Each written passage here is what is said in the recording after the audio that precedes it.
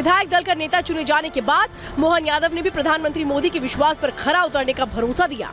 जनता party का ये तंत्र ही ऐसा है कि छोटे से कार्यकर्ता को बड़ी से बड़ी जवाबदारी देती और हम सब की ट्रेनिंग भी ऐसी होती कि इस आधार पर पार्टी जो काम दे दे उसको बहुत सहजता के साथ लेते हैं। बैठक के बाद सीएम शिवराज सिंह चौहान ने राज्यपाल को अपना इस्तीफा सौंप दिया और मोहन यादव ने सरकार बनाने का दावा पेश किया। मोदी ने सामान्य कार्यकर्ता और ओबीसी चेहरे पर दांव खेलकर विपक्ष का पूरा खेल बिगाड़ दिया, तो कांग्रेस इसे 2024 की रणनीति का हिस्सा बता रही है। कहीं ट्राइबल, कहीं ओबीसी, तो अगले लोकसभा की मद्देनजर ये सारे सियासी समीकरण हम देख रहे हैं। मोहन यादव को सीएम बनाकर मोदी शाह ने विपक्ष के साथ पूरे देश को चौंका दिया। माना जा रहा है कि ऐसा ही कोई नाम राजस्थान में भी सामने आ सकता है। Bureau report, Republic Bharat.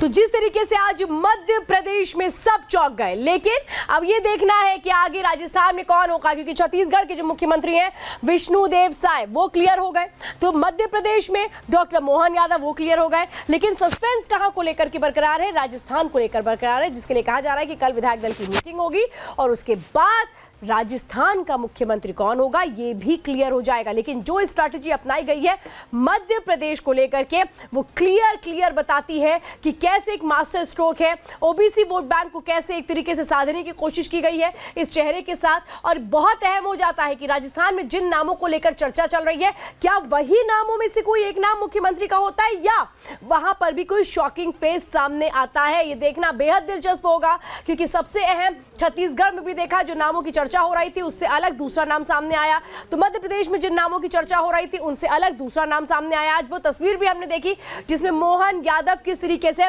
जब एक ज्वाइंट फोटो सेशन हो रहा था विधायकों का, तो वो तीसरी पंक्ति में बैठे नजर आए थे। लेकिन बधाइयों का सिलसिला किस तरीके से रहा आज, वो तस्वीर अब हम आपको दिखाते हैं। जब नाम की घोषणा हुई और उसके बाद बधाइयों का सिलसिला किस तरह से शुरू हुआ, ये तस्वीरें आप देख रहे हैं। शिवराज सिंह चौहान ने उनको बधाई दी, तो साथ ही साथ जो पर्यवेक्षक बनाए गए थे उनमें मनोहर लाल खट्टर थे, उन्होंने बधाइयां दी और एक तरीके से एक बड़ी जिम्मेदारी भी मोहन यादव को सौंप दी गई प्रदेश को आगे बढ़ाने को लेकर के, 2024 को लेकर के, प्रदेश को विकास के पथ पर आगे बढ़ा करके उन वादों को पूरा करने को लेकर जो बीजेपी ने इन चुनावों में किए थे। ये तस्वीरें उसी वक्त की आप देख रहे हैं जिस वक्त नाम का अनाउंसमेंट हुआ और उसके बाद मोहन यादव को बधाइयों का सिलसिला शुरू हुआ।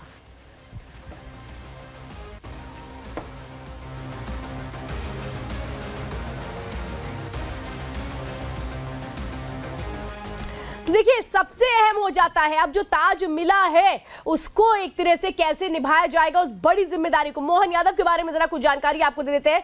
1984 छात्र संघ अध्यक्ष का चुनाव इन्होंने जीता था, तो राष्ट्रीय स्वयंसेवक संघ से लंबे समय से जुड़ाव रहा है इनका मोहन यादव का। तो इसी के साथ 3 बार उज्जैन से इन्होंने विधायकी का चुनाव जीता। 1997 में भाजयुमो प्रदेश समिति से अध्यक्ष ये उसमें शामिल हुए थे और वहां से इन्होंने अपनी छात्र संघ की राजनीति को आगे बढ़ाया। 2004 से 2010 तक अगर देखें तो उज्जैन विकास प्राधिकरण के अध्यक्ष ये रहे थे, यानी उस भूमिका को भी इन्होंने निभाया था। 2013 में पहली बार विधायक का चुनाव जीता था और उसके बाद जो जीत का सिलसिला है वो बरकरार रखा गया। पिछले 3 बार से उज्जैन दक्षिण से अपनी जीत दर्ज करते आ रहे हैं मोहन यादव। शिवराज सरकार में कैबिनेट मंत्री भी रह चुके हैं, यानी सरकार में कामकाज का अनुभव भी रहा है। और क्या कुछ इस पूरे मामले को लेकर प्रतिक्रियाएं भी आई हैं, सुनिए जरा।